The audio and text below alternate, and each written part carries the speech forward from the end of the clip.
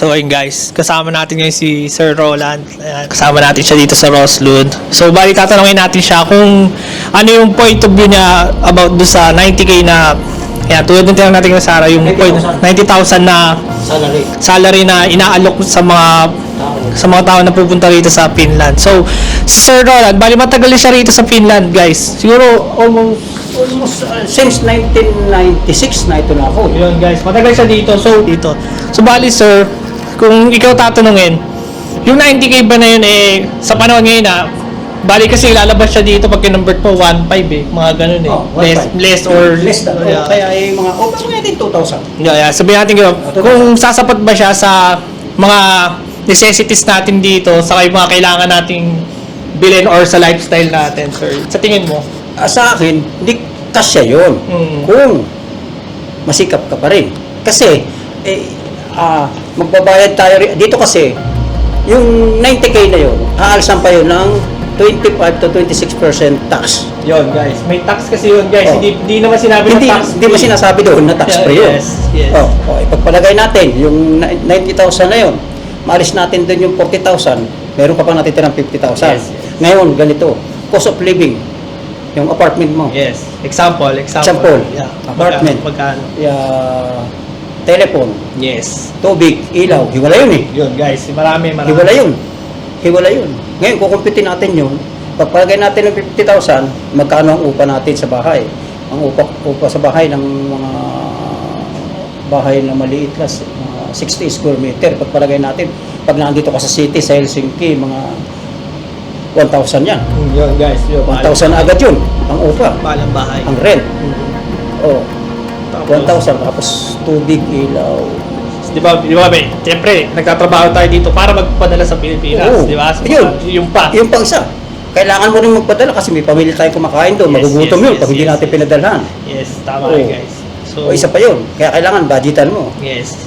So, hindi talaga siya, Hindi can afford. Nagtrabaho ko ng 18 hours. Ang trabaho ko, bali 5 company. Yes. Nandun ako sa maintenance, pero pagdating ng alas 4, nag-cleaning company ako. Panggabi na 3 to 4 hours. Yes. Inaabot ako ng gabi noon. Gabi, pera pa yun. Kasi all day ka nagtatrabaho, di ba? Nagtatrabaho pa ako minsan ng mga summer house. Kaya late na ako magtatrabaho. Tapos panggabi ko na ginagawa, natatapos ako. Mga 12 o'clock na. Pero syempre, di ba, para yung dagdag kita mo, di ba? Dagdag kita, yun. Kung one company, sir, tingin nyo, maaabot yung 200k? Hindi. Di ba? Ang limit lang dito, kung magkano yung binigay sa iyong salary, yun lang yun. Hanggang doon lang tayo. Yan.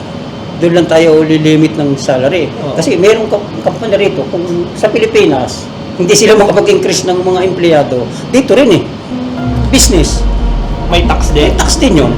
Hindi naman sila pwedeng, halimbawa, ako empleyado, taasan ako agad ng sweldo. Yung company naman nila, hindi naman ganun kataas ang income. Ba't kita i-increase? Kung sapat naman yung binibigay ko sa yung salary, parang ganun din sila dito. Yun. Kailangan talaga magsipag ka pa rin. Yun. Kaya kailangan, dagdagan mo. Nagtatrabaho na tayo ng 8 hours a day. Kung hindi mo dadagdagan, kulang Paano ka pa makakapagpadala sa family doon? Yes, kasama yun. Kailangan, yun ang importante kasi yun ang dahilan. Ba't ka nagpunta dito? Nagpunta ka dito. Kasi kailangan mong sustentuhan yung pamilya. Kung may pinag-aaral ka doon, may mga ano ka doon, kailangan mo bigyan yung hindi naman pwedeng sa akin lahat yung sweldo natin. Pagkakasyahin natin yung natitira nating 200, 300. Paano naman tayo kakain dito? Kung may natira pa tayong 500, i-divide natin, badala natin yung 300. Yung 15 mil ba sa Pilipinas kasi kailangan mo ng milk. Kasi yung milk na yan, hindi mo naman pwedeng hingiin sa shop yan. Hindi. Yung mga pagkain na ganyan, yung mga everything ang use na. Yung mga kailangan mo talaga sa salad mo. Alam mo namang hindi ka nakakain ng pansarili mo. Kasi kailangan mo rin mag-reward sa sarili mo, guys. Kasi hindi magutom ka. Hindi natin pwede sabihin na magtitipid tayo para hindi ganun, guys. Huwag yung gagawin sa sarili nyo yun, guys. Yung number 1 rule, huwag yung gagawin sa sarili nyo kasi kailangan nyo po investan yung sarili nyo mismo. Kailangan pwede ka rin magugutom.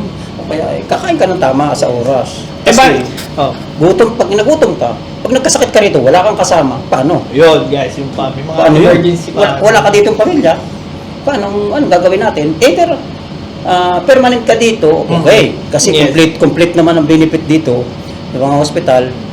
nung unang dating ko rito, babayad lang tayo mga 10, 20 euro ang binabayaran lang. Pero ngayon lately, tumaas na eh. Kasi nga, inflation nga, Inflation tumataas nga, nila. tinaas nila eh. Almost 30 o 40 euro na Yes. isang check-up ngayon. Hindi tulad nung una na 20 euro, magpabunod ka ng ngipin, Pen, oo. 20 lang ang babayaran natin. Oo. Pero ngayon, taas na. May Almost hundreds na eh, no? 3 days. 40 euro na. Yung, hindi tulad nung unang, mula dito makatapos sa pandemic, tumaas Okay. lahat eh. Tumaas lahat ng ano natin eh, yung Mga bilihin natin. Plus pa rin yung mga yung mga sa clinic. Plus pa yung mga children. Yun pa guys, yun. Parang nasa Pilipinas ka rito eh. Pag nandito ka na, nakarating ka na Yun, dito guys, eh. yun yung pakiramdam. Yun ang isang dapat maging ka na, aware ka na nandito ka na eh. Para ka nasa Pilipinas na. Kailangan mag-adapt, Oo. no? Yung cost of living ninyo dito, kung ano yung ginagawa sa Pilipinas, parehas lang eh. Ang problema lang, euro ito, doon, Philippines. Saka wala pa yung family mo rito. Wala yung family mo. Diba? Pero kung nandito yung family mo naman, ang situation mo, okay, patas. Wala ka nang papatalan doon eh. Na ito na Nandito na lahat. Nandito na lahat eh. Pwede mo siyang makatulong sa... Hindi makatulong ka doon. Pati pa yung kung nasa yung misis mo, makakatulong pa sa iyo. Oo, Dalawa yun. kayo ngayon na mag-help lang sarili ninyo, magtutulungan kayo. So, yun nga guys. Yun. So, bali, sir, remarks na lang. Anong mapapayo nyo sa mga gustong pumunta rito? Labasan natin sa usapan yung 90K. Kung may gusto silang, kung gusto nila pumunta rito, anong mapapayo nyo para alam mo yun, makapagtrabaho sila dito ng komportable or wala masyadong Walang problema pressure. sa... Walang pressure. Oo, yun. Sipag lang at tiyaga. Yun. Yan ang kailangan dito. Kailangan masipag ka at saka hindi ka namimili ng trabaho. Yun, mahalin mo yung trabaho. Mahalin mo ang trabaho mo. Tsaka, yung sabi ko nga, yung 8 hours sa trabaho mo, balansi ka rito eh. Yung sweldo mo dapat na 2,000, makukuha mo yun. Basta yun. 8 hours ka nagtrabaho. Sulit mo yun eh. Baga, gampanan mo lang yung Gampanan mo oras lang yung trabaho mo. Meron kasi na nagtatrabaho na ako, walang kasiyahan. Oo, Yung parang gusto pa niyang itaas pa yung ay mahirap yun. baka hindi mo na kaya. Tapos, Baka hindi mo na kaya, huwag mo na pilitin. Tama lang yung kung ano lang yung nakakaya mo. Kung alam mo sapat na yung salary mo, kung gusto mo pa ng additional income, yung sabi ko nga sa'yo, mag-sideline ka na lang. Oo. Ng, 2 oras, 3 oras sa gabi. yun. Yung sarili mo na yun eh. Ikaw na, yung katawan mo na ang Baga, diskarte mo na siya, diskarte no? na yun. Doon na lang ang tamang decision doon. Yun. Yung, hindi ko sila awating pumunta rito. No, guys. Walang ganun, guys. Sinasabing, kayo pumunta rito. Yes. Welcome kayo, maganda rito. Ang problema nga lang, yung nga sinasabi ko. May mga ganun. Yung sweldo malaki, hindi mo yung makukuha ang buo. Kasi may tax yun, tapos bahay, ilaw. Mga necessities Basta, na bayarin. maraming bayarin. Kaya nga, hindi ko kayo inaano, sipag at tiyaga, pagdating dito, kailangan magsipag ka. Saka pakikisama rin sa kapwa Pakikisama natin. rin sa kapwa guys. mo, kasi doon ka rin makakuha ng trabaho. Yun. Kapiyan. So, yun, sir. Maraming salamat po sa pagsagot sa tanong ko. Ayan. Walang hassle. Welcome sila sabihin mo. Yes. Yun, Welcome so, tayo dito, wala namang ano. Basta pagdating dito, sipag na lang at tiyaga. yes. Tama. Yun na lang ang magiging laban, ang sandata nila pag nandito na. Yes. So, ayun guys. Narinig nyo naman galing kay Sir Roland. So, bali, yun. Matagal na siya dito. So, ayan. Kaya ako rin siya napiling tanuhin. Kasi siya yung mas nakakaalam ba. Siya yung maraming naranasan na rito. Kumbaga sa tagal niya rito, marami siyang alam. Or marami na siyang experience sa trabaho dito. So, ayan guys. So, bali dito ko natatapusin tong video na to. Maraming salamat ulit sa panonood, guys. Kita-kits tayo ulit sa next vlog. So, ayun guys. See you. Bye-bye.